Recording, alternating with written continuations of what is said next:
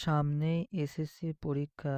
তো এসএসসি পরীক্ষার পদার্থবিজ্ঞানের স্থির তড়িৎ অধ্যায়ের কয়েকটা গুরুত্বপূর্ণ সংজ্ঞা দেব, যেগুলো বারবারই পরীক্ষায় আসে, টেস্ট পরীক্ষায় আসছে এবং ফাইনালেও এটা আসবে। তো সংজ্ঞাগুলো দেখো। একটা হচ্ছে স্থির তড়িৎ কাকে বলে। 1 নম্বর হচ্ছে স্থির তড়িৎ কাকে বলে। সেটা হচ্ছে যে তড়িৎ বা চার্জ কোনো বস্তুতে জমা থাকে, প্রবাহিত হয় না, সেই তড়িৎকেই বলা হয় স্থির তড়িৎ। 2 নম্বর সংজ্ঞা হচ্ছে তড়িৎ ক্ষেত্র কাকে বলে।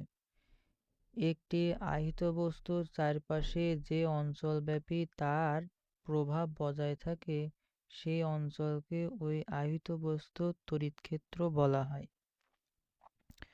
3 নম্বর সংজ্ঞা হচ্ছে তড়িৎ প্রাবল্য বা তড়িৎ তীব্রতা কাকে বলে।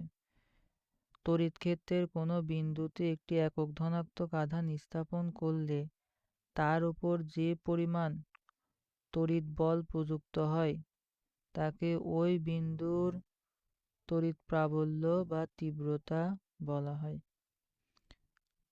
তারপরে সংজ্ঞা হচ্ছে তড়িৎ বিভব কাকে বলে। অসীম হতে একক ধনাত্মক আধানকে তড়িৎ ক্ষেত্রের কোনো বিন্দুতে আনতে যে পরিমাণ কাজ করতে হয়, তাকে ওই বিন্দুর তড়িৎ বিভব বলে। তো টেস্ট পেপারে আছে অনেক গাদা গাদা সৃজনশীল, কিন্তু আমরা সেই টেস্ট পেপারে নির্যাস নিয়ে তৈরি করেছি খুবই অল্প সংখ্যক সৃজনশীল, যেগুলো বারবারই পরীক্ষায় আসে। তো পদার্থবিজ্ঞানের সৃজনশীল সাথে উত্তরপত্র এবং এমসিকিউ সহ পিডিএফ ফাইলটি যারা নিতে চাও, তারা নিচে কমেন্ট করে জানাও। খুবই স্বল্প মূল্যে পিডিএফ ফাইলটি দেওয়া হবে, যেখানে তোমরা এই সৃজনশীলগুলো করলে পরীক্ষায় এই টাইপেরই অঙ্ক কমন পাবা।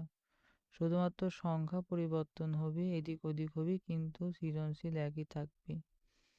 যারা যারা নিতে ইচ্ছুক তারা নিচে কমেন্ট করে জানাও।